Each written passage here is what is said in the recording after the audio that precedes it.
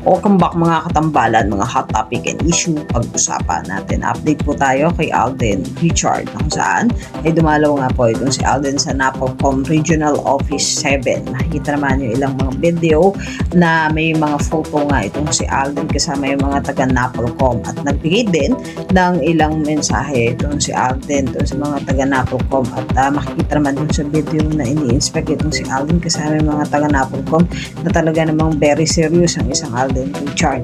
Samantalang dumalaw din itong si Alden doon sa Panglao Municipal Police Station. Sa binigyan nga ng appreciation itong si Alden. Makikita naman yung ilang mga photo na kasama nitong si Alden, yung mga kapulisan ng Panglao.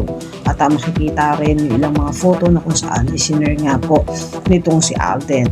At makikita nga na napaka-active nitong si Alden. At ito nga po ay doon sa Bohol. Makikita naman yung ilang mga photo nga din itong si Alden na dumalo to sa Bohol kasama naman si Barbie Cortez. At ito nga po yung pagdalo nitong si Alden doon sa kasal ni Kim at Gerald.